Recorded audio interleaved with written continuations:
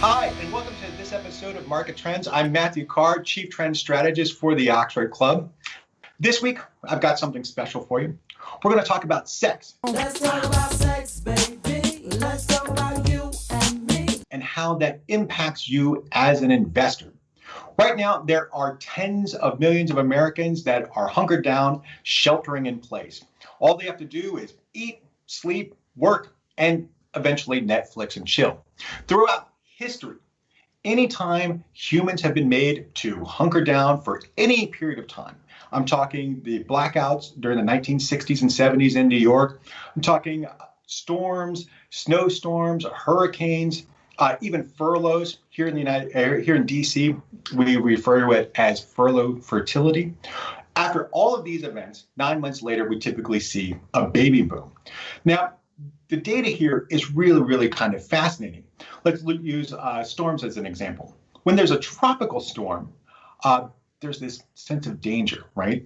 And that makes people really randy. 9 months later after a tropical storm, we do see a spike in births. When we have a hurricane, though, it's a little bit different. Anytime there's a warning or the storm gets more and more severe, and actually that danger turns into panic. And what we end up seeing is actually a decline in births.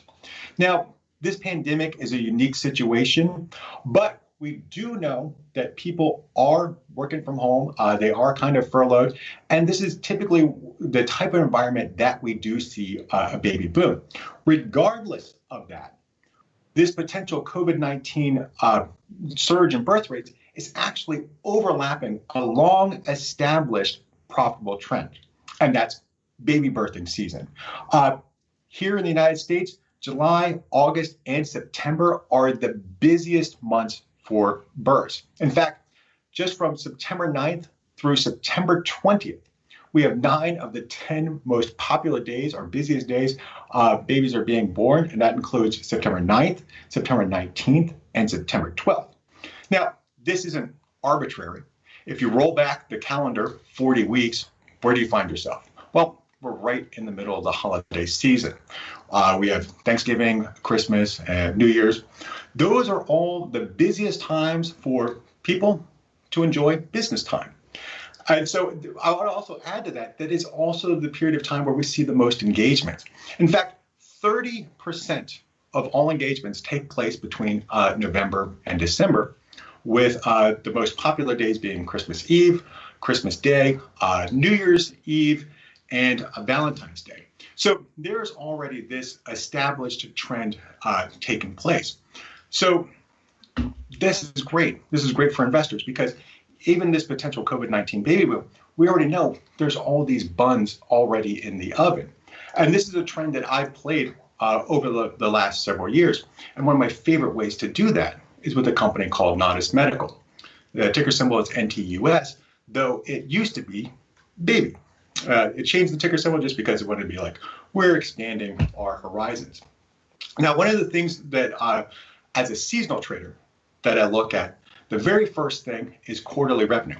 And we will look at Natus Medical's quarterly revenue chart. We see this really jagged pattern, something that I call a sawtooth pattern. That means revenue isn't increasing in this slow, steady incline. It's just kind of all over the map. And there will be quarters that are the best for the company, as well as quarters that are the worst. And a lot of this, right now, when you look at Natus's quarterly revenue, you see this trend.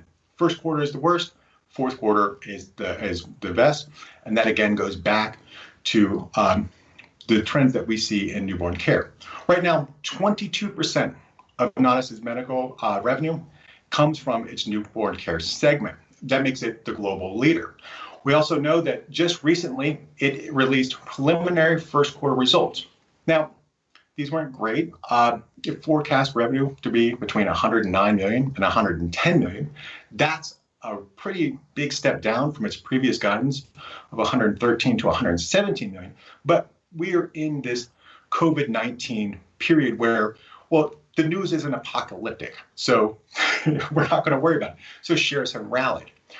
Despite that, they are still down 24% year to date, and they're still down 27% from their 52-week highs of over $34. This is excellent for us as investors because there is no better way to play a potential COVID-19 baby boom than with a company that is already benefiting from this long-established trend of birth in the United States.